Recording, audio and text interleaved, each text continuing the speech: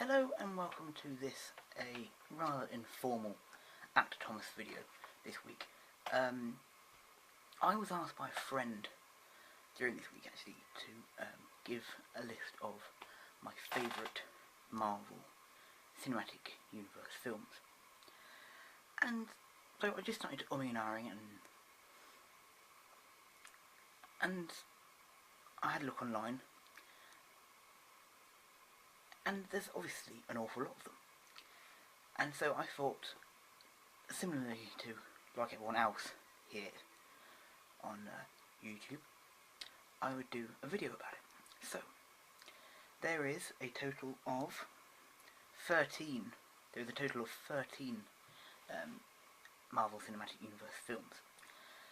And so, here goes, here is my list of ranking from least favourite to favourite. Here goes. So, number 13 is The Incredible Hulk. Purely just because I've never been a massive fan of The Incredible Hulk anyway, but it's still a good film. Number 12 is Iron Man 3, and that's nothing to do with the villain or anything like that. It's just purely down to the fact that I didn't like the relationship between Tony and the boy in the film. That to me felt very forced and very much as if it was shoehorned in at the very end. Hello and welcome to this rather informal Actor Thomas video this week.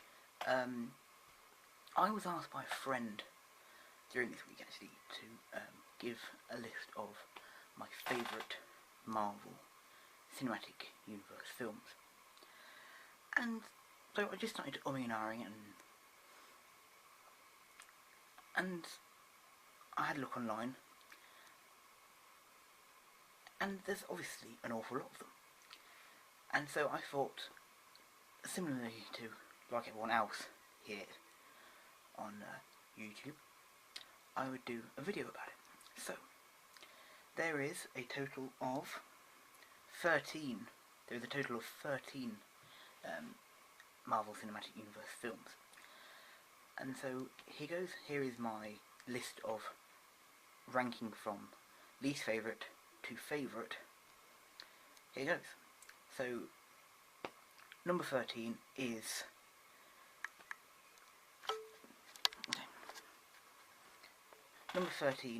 The Incredible Hulk. Purely just because I've never been a massive fan of The Incredible Hulk anyway, but it's still a good film. Number 12 is Iron Man 3, and that's nothing to do with the villain or anything like that. It's just purely down to the fact that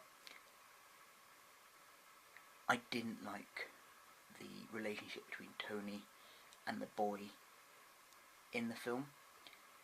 That to me felt very forced and very much as if it was shoehorned in at the very end. Number 11 is For the Dark World, and that is more down to the fact that in that film Jane Foster is used so little and to no real good use, and also down to the fact that they killed off a character that could be such an interesting character, mainly Thor's mother. The next film, number 10, is Iron Man 2. And this is actually down to the idea that there's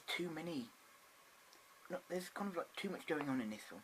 You've kind of got the business sabotage idea between Tony Stark and Justin Hammer, and then you've got the Iron Man versus Whiplash rivalry as well. So it's just almost like they try and interlink the two of them at certain points, and then it just becomes Justin Hammer is not even that important at the end, and it's all just Whiplash. being the main villain, and you sort of think they're trying to keep the two separate, but also at the same time bring the two together as well. So, the next film is Thor, and overall I really like Thor. I think Thor was a brilliant film. I think he's a brilliant character. I think he's got one of the best villains ever in Loki, and I just think it's a great introduction into that world of Asgard and the Asgardian gods, and that in the Marvel universe. I just think it's brilliant. The next film is Ant-Man. Now, I really did like Ant-Man. I think Ant-Man was very clever. It was the way the whole storyline went. All of the characters were just brilliant. But the reason I put this film here on this list is down to the fact that I feel as if they missed a chance. And maybe it will be sorted out in a future film, or maybe even a television series in the future, or maybe even a prequel film which is set with Hank Pym and Janet Van Dyne as the original Ant-Man and Wasp. I feel as if that would be best. I think it's brilliant that we're getting Ant-Man with Scott Lang, and we're going to get the Wasp with Hope Van Dyne. But I do believe it would be better if you see the original Ant-Man and Wasp in the 70s and the 80s working together. I think that would just make things brilliant, and I think it would just show that Tony Stark wasn't the very first superhero in a suit. There was someone else before that, but S.H.I.E.L.D. have been keeping it secret for years. The next film on my list is Captain America: The First Avenger. Now, this is, to me, this is a great film. It really is. I think it's a great introduction to the character of Captain America. I think it's obviously set in the 1940s. It's giving the universe of Marvel films a depth into the past, and it's also giving you that character of Steve Rogers, Captain America, in his own time, so you see what he was like. And so in the future films, when you see him, you see that he is restricted from his previous life in the 1940s, and so he's obviously got so much to learn within the modern day. But yes, to me that's a brilliant film. I think they underused the villain in the Red Skull. I still feel there's an opportunity at one point or other to bring the Red Skull back into the films, but I don't know. Maybe that's just wishful thinking. Number 6 on my list is Avengers: Age of Ultron. Now, the reason I've put this here is down to the fact that it is a great film. It's a very funny film. There is characters in there that are superb. The comic timing of some one-liners are brilliant.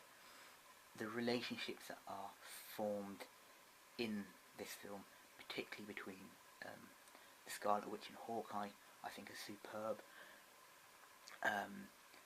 The only one downside there's a couple of downsides to this film.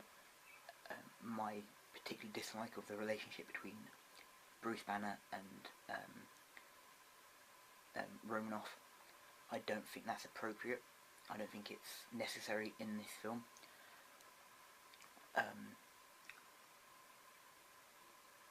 And I also don't think the shoehorning in of the fact that Pepper Potts and Jane Foster that weren't in this film was made aware of. It was almost shoehorned in to say, this isn't happening. They're not in this film, but we're still going to make mention of them. I don't think that was necessary at all. I think there are other films that have been since that they've done nods to the fact that certain characters aren't in the film that should be in the film, and they've done it in a lot subtler ways. So there are two two very niggly points that I didn't particularly like about the film. Things I did like about the film was the just the characterization of Ultron. I know so many people slag it off saying it's rubbish and all that sort of stuff. I don't think that's fair. I just think it's a brilliant film, and I think he's a brilliant villain. And I also think he's brought to life brilliantly by James Spader, and also the creation of Vision was just superb in this film. So yeah, brilliant. Right, the next film on my list is Iron Man 1. Now, of course, this is the film that kicked off everything in the Marvel Cinematic Universe. I think you obviously had a brilliant choice of Iron Man in Robert Downey Jr. You had a great villain to kick it all off with. You obviously, in this film, you got introduced to Phil Coulson, who, whatever happens, I don't care what anyone says, Phil Coulson, outside of the main Avengers team, is my favourite character of everything to do with Marvel Cinematic Universe, and it's just brilliant. So yes. Right, my next film after this is Captain America Civil War. Now I'm sure everyone's going, what? Why? The reason I put Captain America Civil War here isn't down to the fact that I didn't like the film. I thought it was an absolutely brilliant film. I thought it was superb. But I was worried that it was too early. I just think that the stakes need to be built up a lot more between Age of Ultron and Civil War. I understand there's been a year, maybe a year and a half between these two films. I understand that, but I don't understand how they sort of left Avengers Age of Ultron sort of being kind of having a certain amount of distrust about each other into this sort of civil war that ended up happening, and the fact that the two teams got split down the middle and all of that. I've been to see it a couple of times in the cinema. I can't wait for it to come out on DVD. It's a brilliant film. It's a conclusion to a great set of films with Captain America, and I also think it's setting up a whole new phase of Marvel within Phase 3, which hopefully all these other films will carry on and will make more and more in-depth discoveries about. But like I said earlier on, I still think it might have been safer if it was left, perhaps for maybe later on in Phase 3, or maybe even Phase 4, sometime in Phase 4. I just think it would have been better to let that whole anger and distrust and emotion boil over throughout all of these films from Age of Ultron. I just think that would work more for me. Now, sorry, I completely forgot about Guardians of the Galaxy when I was filming, but yes, it is the next one along on this list, which is number 3. Guardians of the Galaxy is just so superb. It is so, just like the 4 films, it is introducing a new level into the films and just creating a whole new idea for all of these characters. And of course the new characters are so wonderful, and I do think the partnership between Groot and Rocket Raccoon is superb and one of the best double acts that could possibly be in any comic book film. Number 2 spot on my list goes to Avengers Assemble. Now, the reason I put this on here is because Avengers Assemble is to me one of the best films ever. I think it's all of the characters are written perfectly. The film is shot wonderfully. You have a brilliant villain in Loki. You have brilliant fight scenes. You have the idea that all of these individual people are made to come together and work together to save the world, because none of them could do it single-handedly. I just think that's such a wonderful, wonderful story, and I think that Joss Whedon and the entire cast and crew did such a wonderful job of making that happen and making it look so real. Unfortunately, there's only one downside to this film, and it's Phil Coulson. Now, of course, people know in Agents of S.H.I.E.L.D. Coulson lives, but in the films he doesn't. So that's really the only one downside to this film for me, is the fact that Coulson got killed. But I've forgiven Joss Whedon for this, and obviously I'm enjoying Marvel's Agents of S.H.I.E.L.D. and all the other Marvel TV and Netflix series that are coming and are out at the moment and coming out in the future. So yes, but back to my list. I'm sure you've probably guessed, the number one spot goes to Captain America Winter Soldier. It's just a magnificent, magnificent piece of work. The character is perfect. The villain in The Winter Soldier is so wonderful. He is the counterbalance to everything that Captain America is. The Winter Soldier is just perfect. They were formerly best friends that were under the impression that they were dead. They've got shared experiences in World War II, and and that beautiful way that Steve says, I won't hurt you. No, you're my friend, I won't do it. And Bucky's like, I'm sorry, you're my mission, I have to see it through. And he says, then let it be. I'm not gonna raise a fist to you.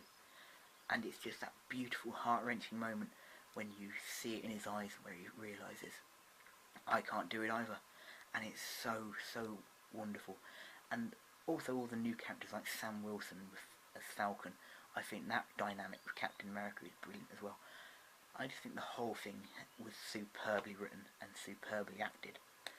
And of course that is my entire list as of today.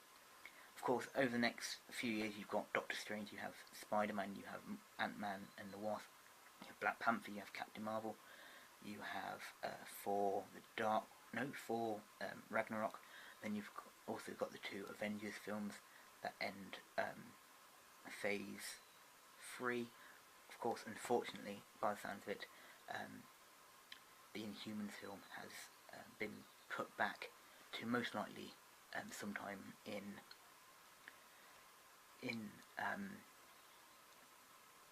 phase 4.